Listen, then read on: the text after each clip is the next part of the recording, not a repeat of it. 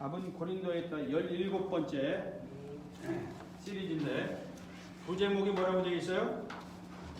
오해를 통해 고난이 왔을 때. 제가 얼마 전에 들은 얘기인데 한국에 가면 서대문이라는 곳이에요. 서대문. 서대문 지역에서 오랫동안 그 홈리스 또 배고파서 하는 사람들, 이런 사람들을 위해서 한 200명 정도를 먹인다고 그래요. 정기적으로 식사를 제공하는 분이 계시다 해서 어느 기자가 가서 인터뷰를 했다고 그러는데, 제가 찾아보니까 인터뷰 기사는 나오지 않는데 제가 들은 얘기입니다. 하여튼 그래서 가서 물어봤더니 어찌하여 이렇게 많은 사람들을, 그것도 무료로 식사를 이렇게 제공하십니까? 무슨 연유에서 이렇게 하십니까? 이제 질문을 했다고 그래요. 그랬더니 그분이 이제 대답을 해주는데요. 자기가 어렸을 때 너무 배가 고파서 이제 하여튼 너무 배가 고파가지고 길거리를 이렇게 지나가는데 마침 빵집 앞을 자기가 지나갔대요. 근데 그 빵집 그에 진열된 빵이 너무 배가 고프니까 이게 그냥 그 빵을 보자마자 자기도 모르는 사이에 가서 그 빵을 집어들고 입에 넣었어요. 그 순간에 빵집 주인이 이 사람을 발견하고 쫓아나와가지고 도둑 잡았듯이 그냥 막 마구 패면서 하여튼 나무라면서 심지어는 입에 아직 씹지도 않아도 넘기지도 못한 빵마저 입을 벌리고 막 잡아 꺼내는 그런 일을 당한 거예요. 얼마나 그때 많이 배고파 보셨죠? 그 입에 들어간 거는 좀 먹게 좀 했지. 입에 들어간 것까지 입을 벌려서 꺼내가지고 막 자기 빵이라고 이렇게 하는 경험을 했다고 그래요. 그 이후로 이 소녀는 정말 죽을 힘을 다해 일을 했고 공부도 하고 그러면서 자그마한 기업을 하나 일으킨 거예요. 뭐 봉제 공장이라나 이런 봉제 공장을 하나 하기 시작했는데, 거기서 이제 들어오는 수입이 있는데 그 수입을 나는 절대 배고픈 사람 그냥 지참치지 않겠다. 그래서 그 수입을 일부를 그 배고픈 식사를 끼니 못 때우는 사람들을 위해서 그렇게 제공을 하고 있다. 이제 이런 이야기였어요. 여러분, 자, 이런 얘기를 들으면서 어떤 사람은 그런 고난으로 인하여 불평등한 사회라고 하면서 사회에 대하여 복수심에 불타가지고 범죄를 저지르는가 하면, 어떤 사람은 그런 고난을 통하여 고난받는 사람들을 돕는 계기로 삼는 그런 경우가 있습니다. 똑같은 고난인데 어떤 사람은 그것을 복수하는데, 즉 저주로 삼고, 어떤 사람은 축복 기회로 삼는다는 거죠. 고난을 잘 사용하면 하나님의 위로와 함께 축복을 누리게 하십니다. 여러분 믿습니까? 이건 믿으셔야 돼요. 그래서 예수를 믿는 사람들에게는요, 고난을 통하여 주님을 만나는 계기가 되어서 위로를 받을 뿐만 아니라 축복이 되는 것입니다. 어떤 고난이나 어려운 환경이 할지라도 그 고난을 어떻게 사용하느냐, 어떻게 재해석하느냐에 따라서 저주와 축복으로 갈라진다, 이 얘기입니다. 오늘 혹시라도 어려운 처지에 있다고 생각되시는 분들, 코로나 바이러스 때문에 경제적으로 여러 가지 어려운 상황이 있는 분들, 여러분 이런 고난을 복수하는 데 사용하지 마시고 위로받고 축복을 하는, 위로하는 위로자의 위치로 사용하시기를 바라겠습니다. 자, 오늘부터 고린도 후서로 들어가는데, 사도 바울은 본인이 시작했던 고린도 교회가 정말 영적이지 못하고 어린아이와 같은 교회가 되다 보니까 많은 문제들을 안고 있다는 소식을 들었어요. 고린도 교인들이 여러 가지 교회 내에 존재하는 문제들을 극복하고 성숙한 교회가 되기를 바라는 아주 간절한 심정으로 고린도 교인들에게 써서 보낸 편지가 고린도 전서였어요. 이 고린도 전서를 써서 그때는 우체부도 없었고 뭐 자동차도 없고 그러니까 사람이 인편으로 이렇게 편지를 배달해야 되는데 편지를 써가지고 디도라고 하는 사람을 통해서 편지를 보냈어요. 그때 당시는 굉장히 멀리 떨어져 있는 상태였기 때문에 그 편지를 전달하는 데 굉장히 오래 걸리죠. 이런 편지를 이제 들고 디도를 통해 보냈는데 그 편지 내용에는 교회 내에 여러 가지 영적이지 못한 어린아이와 같은 모습들, 이런 문제점들을 지적해주면서 이런 건 이렇게 해결하고 저런 건 저렇게 하고 아주 격한 감정으로 나무라기도 하는 그런 내용이 들어있었어요. 고린도 교회의 여러 가지 문제들 중에서 가장 큰 문제는 사람을 중심으로 당을 지어가지고 편가르기를 했던 거예요. 굉장히 육신적인 거지. 바울의 표현으로 육신적이다. 바울파다, 아볼로파다, 개바파다 하면서 인간을 중심으로 한 파당을 만드는 거예요. 이 고린도 교회가 예수님 중심이 아닌 인간 중심으로 편이 갈라졌던 거예요. 즉 육신적인 그리스도인들이 되어버렸다. 육신적인 교회가 되어버렸다. 이런 얘기예요. 교회 안에서 가장 큰 문제는 이렇게 인간 중심으로 돌아가는 거예요. 인간 중심으로 교회가 돌아가는 교회, 문제가 많게 되어 있어요. 싸울 뿐만 아니라 뭐 하여튼 요즘 때는 경험하시지 않습니까? 목사파다, 장로파다, 뭐 권사파다 해가지고 편가르기를 해서 싸우는 교회 보면 그거는 여러분 저건 인간 중심의 교회다. 주님 중심의 교회가 아니다라고 여러분도 판단할 수 있어요.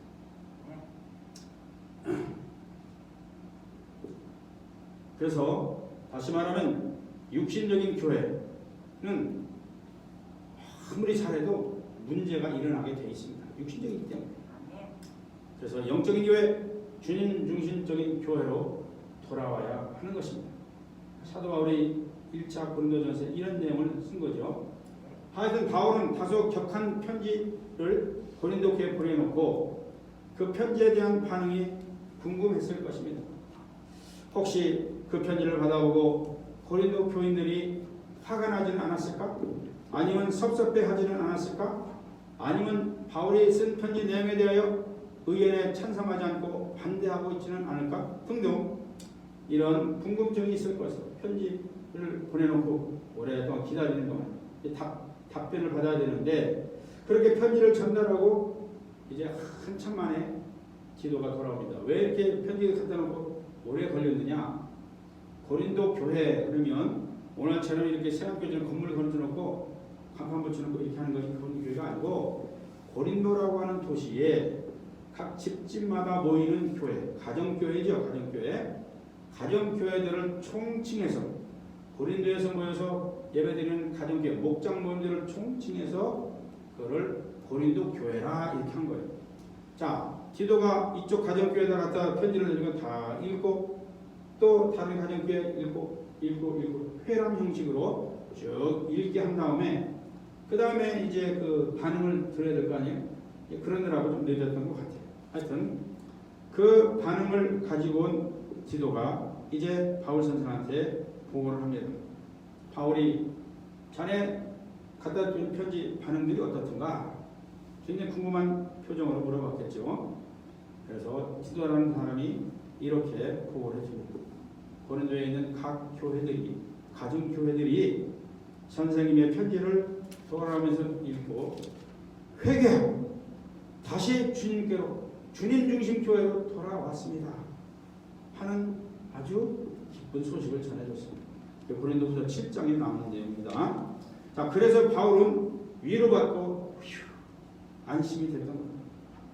고린도 교인들의 마음을 아프게 했던 그 앞선 편지, 고린도 전서를 생각하면서 이제 다시 붓을 들어 편지를 쓰고 싶었어요. 여러분 이후에 여러분 생각해보세요. 앞선 편지가 성도의 마음을 아프게 했던 내용이었다면 두 번째 쓰는 편지의 내용은 어떤 내용으로 썼을 것 같아요? 여러분이라면 막 참고 혼내놓고 그 다음에 또 그 다음에 또 한 편지를 보내고 싶어요. 어떤 편지 쓰고 싶어요? 위로. 그렇지, 그렇지. 어떻게 그렇게 잘하셔 그래? 맞아요. 바울은 이제는 앞에서는 혼냈기 때문에 뒤에서는 위로의 편지를 쓰고 싶었다. 그래서 위로의 편지를 쓴 것이 바로 고린도 후서입니다. 이제 이해가 되시겠어요? 네. 자, 그래서 오늘 함께 볼 고린도 후서 1장에는 앞부분에는 바로 후서 1장 부분에 우리가 아까 읽은 내용 중에는 여러분이 눈치를 챘는지 모르겠지만 그 읽는 동안에 어떤 단어가 많이 반복되는지 혹시 아세요? 예? 여러 번 반복이 돼.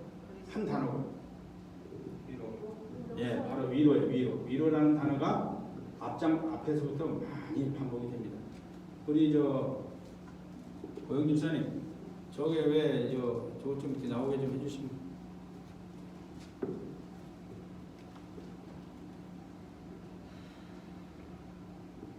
네, 제가 할게요. 안 넘어가나?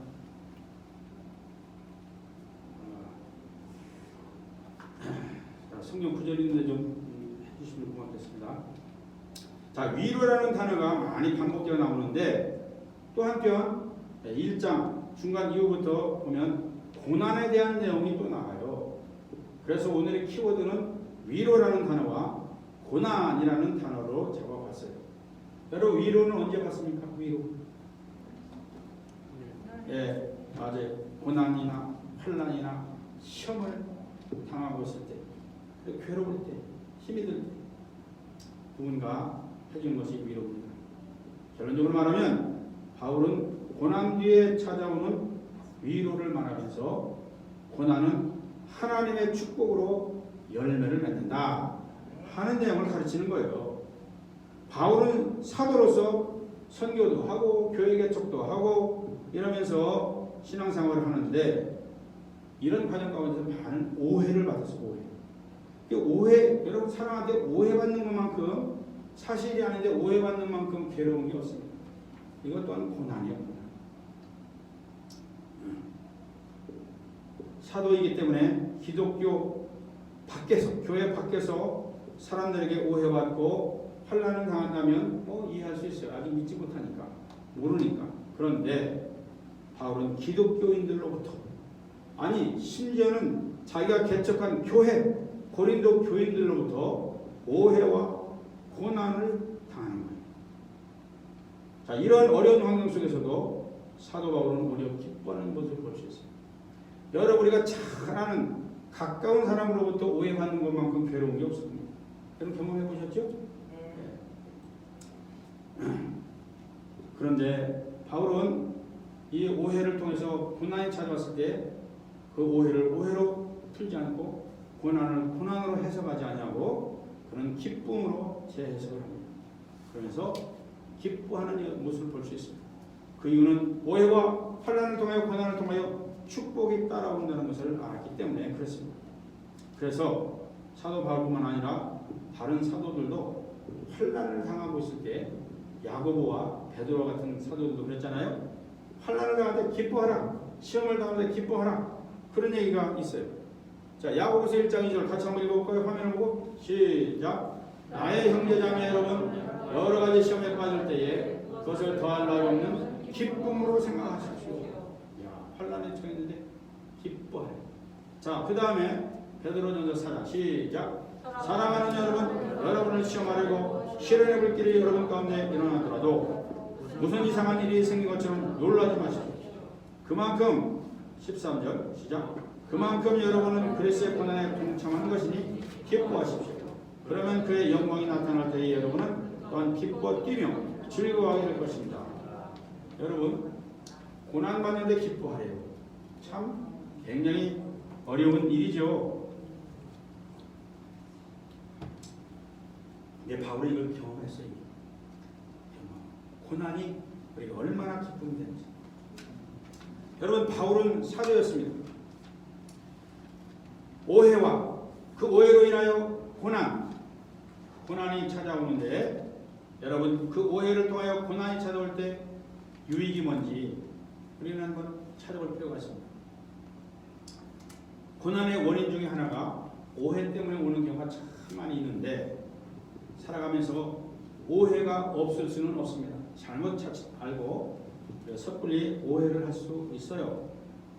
그러나 반드시 오해 때문에 힘을 드는 경우가 많지 있지만은 그러나 이 오해를 어떻게 풀어나가냐 하는 것은 더욱더 중요한 문제가 됩니다. 특별히 그리스도인들 바울은 여러분 잘 아시죠? 사도였어요. 사도. 요즘 말로 말하면 목회자요 선교사였어요. 그런데 많은 오해 때문에 고생을 하며 삽니다. 참 사도 바울만큼 그렇게 오해받고 그렇게 생고생하며 사는 사람은 없을 거예요. 예수님에 비하면 덜하겠지만. 자, 이것에 대해서 고린도 교인들이 이런 오해를 했어요. 첫 번째, 왜 사도인데 저렇게 어렵게 찌질찌질 못나게 사나? 왜 이렇게 가난하게 사나? 왜 저렇게 병 때문에 저렇게 고생을 하며 사나?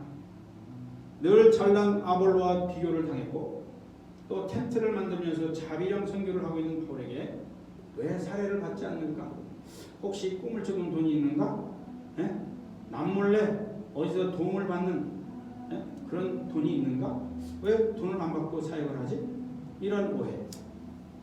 또 마지막에는 고린도 교회에 다시 방문하겠다고 약속해놓고 나중에 방문을 하지 않습니다. 그러니까 왜 사도가 되어가지고 말을 이랬다 저랬다 한번 말했으면 지켜야지. 이렇게 그 바울 사정을 모르고 오해를 했어요. 이런 오해 때문에 바울은 참 고생했는데 그런 오해들을 풀어주는 게 고린도 후서 내용이 있어요. 내가 그때 왜 이렇게 했는지 아느냐? 자, 그 중에서 특별히 오늘은 왜 그렇게 고난을 당하면서 어렵게 살고 있느냐? 이런 오해에 대하여 한번 나누고자 해요. 고난당하는 바울을 보고 이해하기 어려웠던 고린도 교인들은 요즘 같으면 목사가 왜 암이 걸려? 목사가 왜 교통사고가 나? 믿음 좋은 사람, 믿음 좋다고 하면서 왜 아프지? 믿음 좋다고 하면서 왜 저렇게 사업이 잘 안 되지? 왜 저렇게 가난하게 어렵게 살지? 뭐 이런 질문과 똑같은 거예요. 여러분 혹시 그런 생각이나 그런 질문 해본 적 있어요? 믿는다는 사람이 왜 저러지? 왜 저렇게 목사가 왜 이렇게 가난하게 살지? 근데 여러분 이런 오해들은요 아직 신앙이 어리기 때문입니다. 바울이 지금 그걸 지적하는 거예요. 어린 아이는 오해를 참 잘합니다. 왜 저렇게 살게 되셨을까? 무슨 연구가 있을까? 아까 그 기자처럼 가서 찾아가서 질문을 하면 그 사람의 조종적으로 대답해 줄 거 아니에요. 아, 그래서 그렇게 밥을 먹이는구나.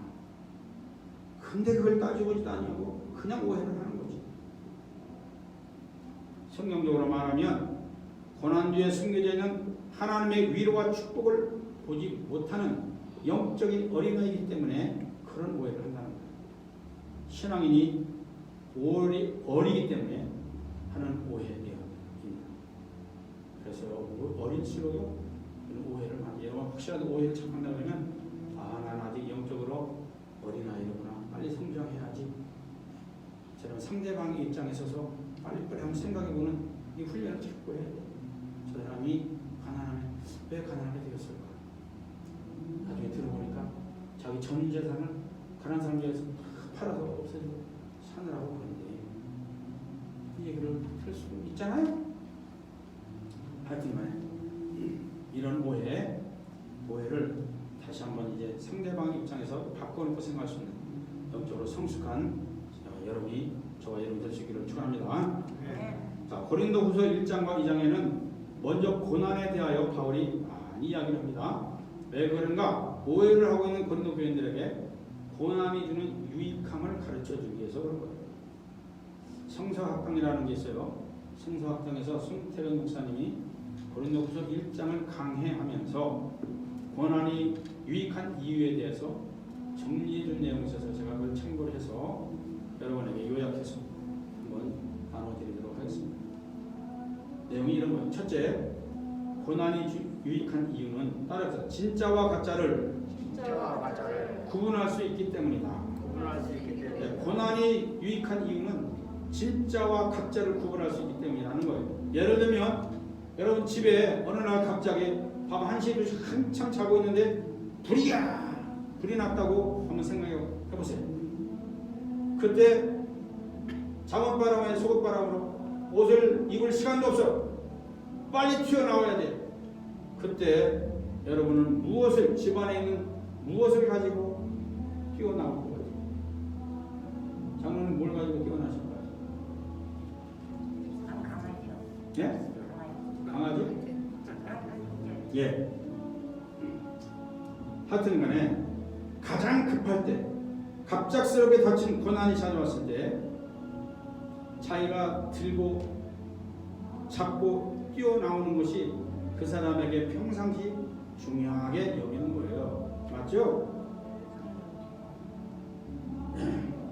갑작스러운 고난이 닥쳐왔을 때 내가 끝까지 붙잡아야 할 것과 그저 버려도 될 것들을 확실하게 구분할 수 있게 된다는 거예요.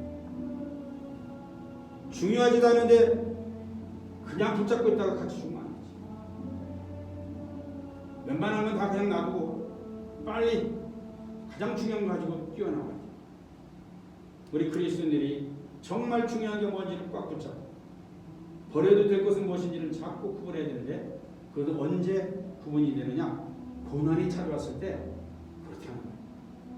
제가 어저께 그 빌타운을 이렇게 보고 가면서 보니까 어떤 집이 불이 났는지 뭐였는지 하여튼 온 창문이 다 깨어지고 집안에 있는 뭐 침대니 옷이니 뭐 온갖 가구들을 다 바깥으로 막 그 창문을 통해서 버려진 아주 어수선한 그 집 한 채를 지나가다 보게 되었습니다. 그러면서 저 집에서 저 사고가 났을 때 급하게 뛰어나올 때 저 집주인은 무엇을 가지고 나왔었어요? 생각이 났어요. 보니까 귀중한 가구들도 있고요, 다 있어요. 그거를 막 어지럽게 막 다 내팽개치고 나온 거지. 평상시에는 그 멋있는 가죽으로 된 소파, 뭐 의자 이런 거 얼마나 소중하게 다뤘겠어요. 그런데 갑작스럽게 화재가 닥치니까 다 버리고 그렇게 된 거예요. 고난은 진짜와 가짜를 구분해주는 귀한 기회입니다. 두 번째, 고난의 유익한 이유는 따라서 고난 속에 있는 사람을 위로할 수 있기 때문이다. 위로할 수 있기 때문에 내가 고난을 당해봐야 고난당하는 사람을 위로할 수 있어요. 있습니까? 예를 들면은 우리 그 송태근 목사님이라는 분이 목회하시면서 교인 중에 한 분이 교통사고가 해서 다리를 굉장히 다쳤어요. 부러졌는지 못해요. 그래서 입원해서 이제 있는데 신방을 가야 되잖아요. 신방을 하는데 마침 교회 성가대 지휘자이신 그 분이 자기가 따라가겠다고 그러는 거예요. 근데 그 지휘자는 평생 소아마비로 늘 절름거리며 사시는 분이었어요.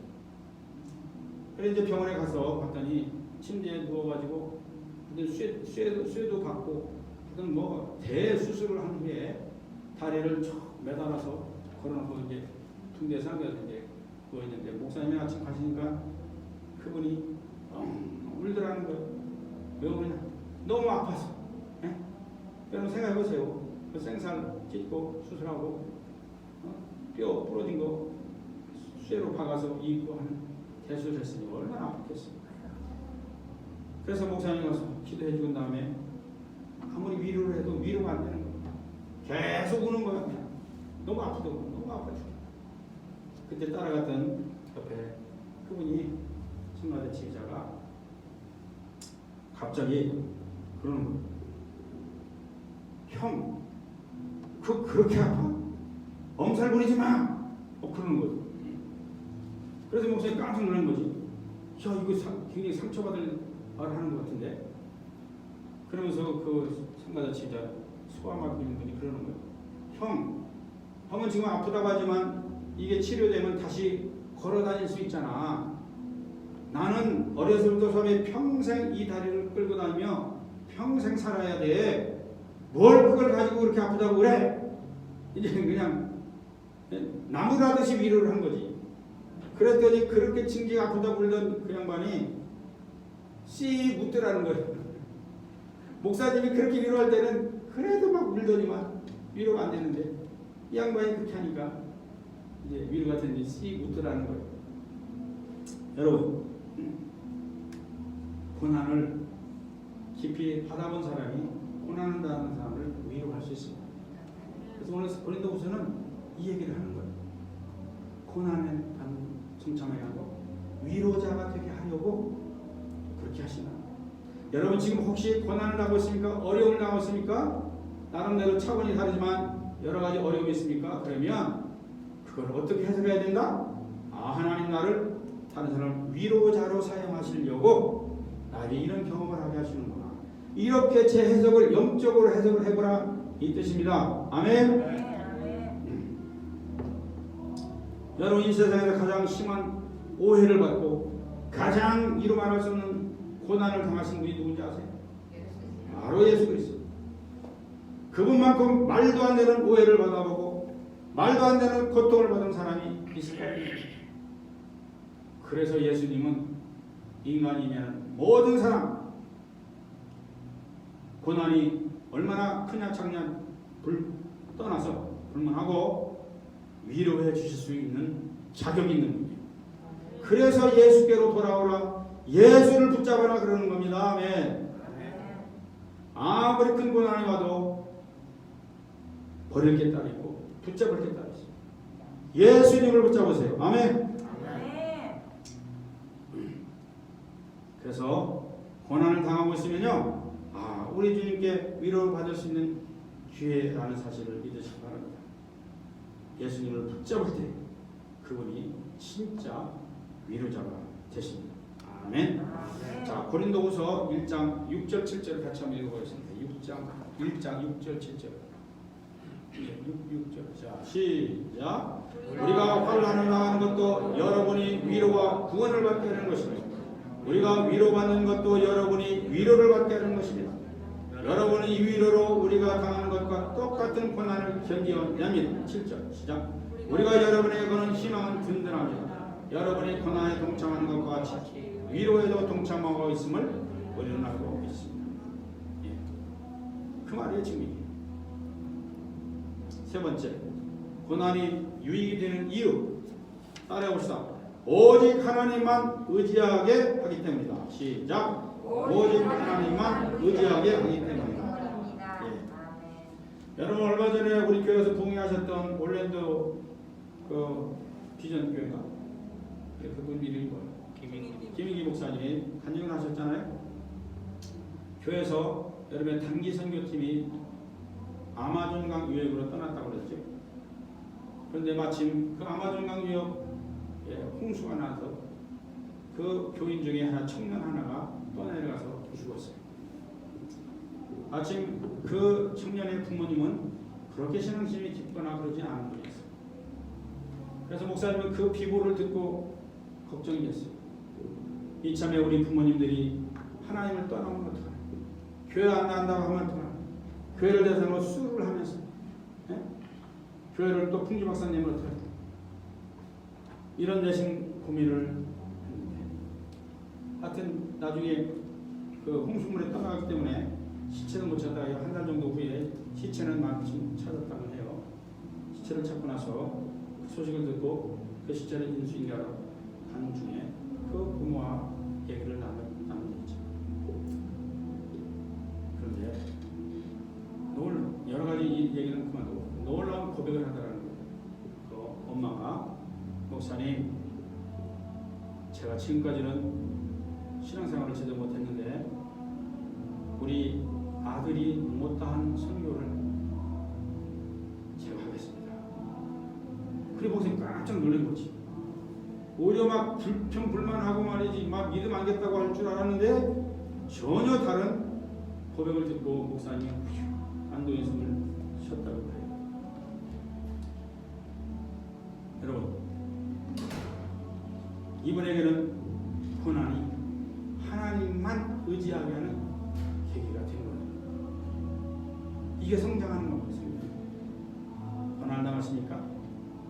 하나님만 의지하게 하려 하시는 하나님의 놀라운 계획이 있다는 사실을 믿으시고 하나님만 의지하는 기회로 삼으시기를 바랍니다. 특별히 코로나 바이러스 때문에 온 세계가 지금 긴장하고 있는데 이런 기회를 어떻게 해석하시라고요? 하나님만 의지하는 기회로 삼으라고 8절 같이 읽습니다. 8절 시작. 형제자매 여러분, 우리가 아시아에서 당한 혼란을 여러분이 알기를 바랍니다. 우리는 힘에 격대 너무 친밀해서 마침내 산 희망마저 이를 지경에 이르렀습니다. 우리는 이미 죽음을 신고받은 몸이라고 느꼈습니다. 그렇게 된 것은 우리의 자신을 의지하지 않고 죽은 사람을 살리시는 하나님을 의지하게 하기 위함입니다. 네. 누구를 의지하게 함이라고요? 하나님을 의지하게 하려 합니다. 네 번째, 고난이 유익이 된 이유 따라해보세요. 영적인 눈이 떠지기 때문이다.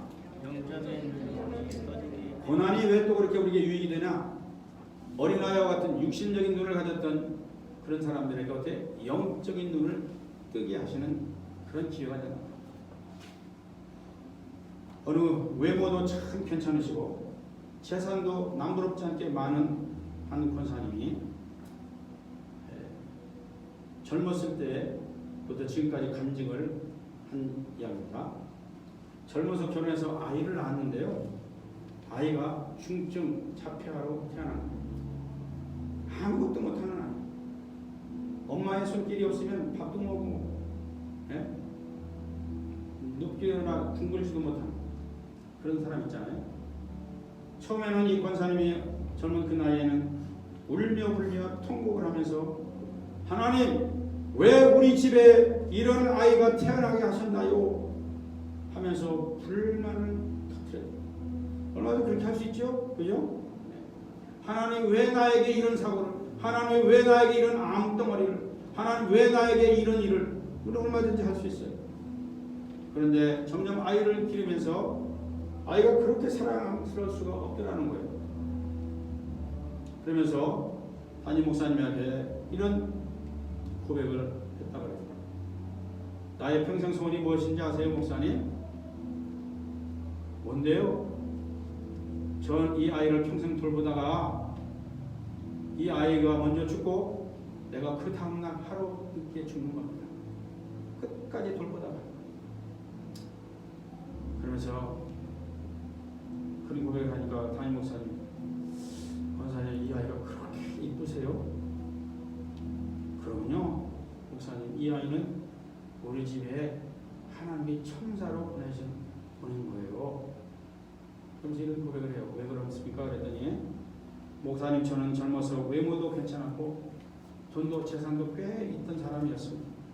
지금도 많이 있고, 이런 나에게 하나님께서 이 아이를 우리 집에 맡기지 않으셨다면 저는 벌써 교만해가지고 하나님을 벌써 떠나고 세상으로 나가서 내 마음대로 지 마음대로 살면서 사는 아주 천박한 인생이 되었을 것입니다.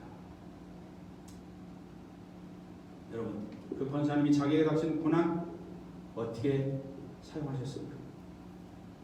그분은 그 어린아이 태어날 때 맨 처음에 하나님의 뜻을 몰랐을 때는 그저 인생의 커다란 짐으로 느껴졌다고 해요.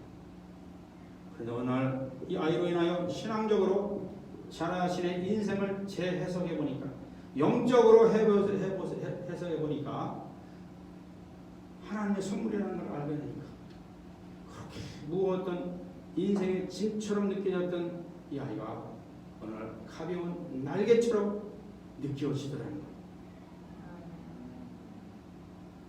여러분, 우리는 이렇게 신앙적인 시각이, 영적인 눈이 열릴 때까지 고난이라는 것으로 인생이 얽혀서 생기는 거 여러분 아세요?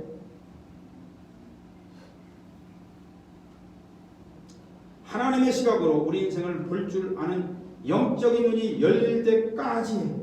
언제까지? 영적인 눈이 열릴 때까지. 왜 이렇게 나한테는 이렇게 고난이 겹칠까? 영적인 눈이 열릴 때까지. 하나님 그 언제까지입니까? 언제 이거 끝납니까? 영적인 눈이 열릴 때까지. 아멘. 아멘. 그럴 때 드디어 위로가 찾아오고 축복이 그 순간부터 시작이 되는 겁니다. 축복이 날개짓을 하는 것이.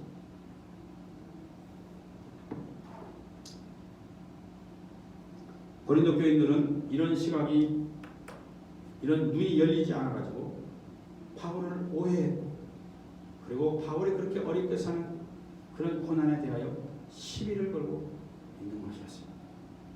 그러나 바울은 이미 이런 영적인 눈이 열려있기에 고난을 위로와 축복의 기회로 삼고 있는 것이죠. 그래서 그거를 가르쳐주는 거예요. 그래서 바울은 빌립보 감옥에 갇혀 있을 때에도요, 이런 고백을 하지 않습니까? 한번 빌립보서 4장 13, 14절 시작. 13절 시작. 나에게 능력을 주신 분 안에서 나는 모든 것을 할 수 있습니다. 그러나 여러분이 나의 고난에 동참한 것은 참 잘합니다.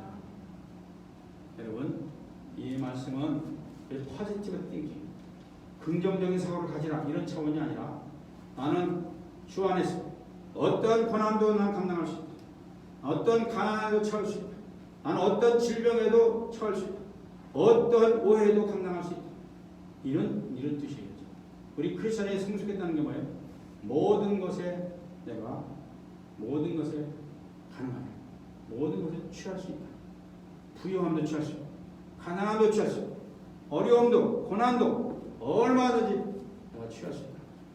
이게 성숙한 영적인 크리스천인 줄로 믿습니다.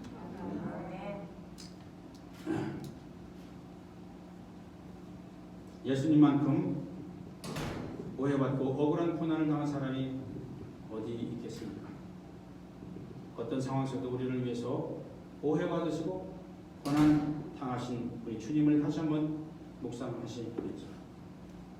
아무리 심한 오해와 고난이 있다 할지라도 이것을 주님을 의지하면서 주님 붙들고 승리해 나가실 수 있기를 축원합니다. 아멘. 이런 정도까지 영적인 눈이 열리게 하시려고 우리에게 오해받기도 하시고 고난도 우리 앞에 도와주시는 사실을 믿으시기를 축복합니다. 아멘. 기도하겠습니다. 기도하실 때에 여러분 한번 손 앉으신 채로 기도하겠습니다. 오늘 들은 말씀 중에 딱 한 가지만 붙잡고 하나님, 내가 그렇게 앞으로 살겠습니다.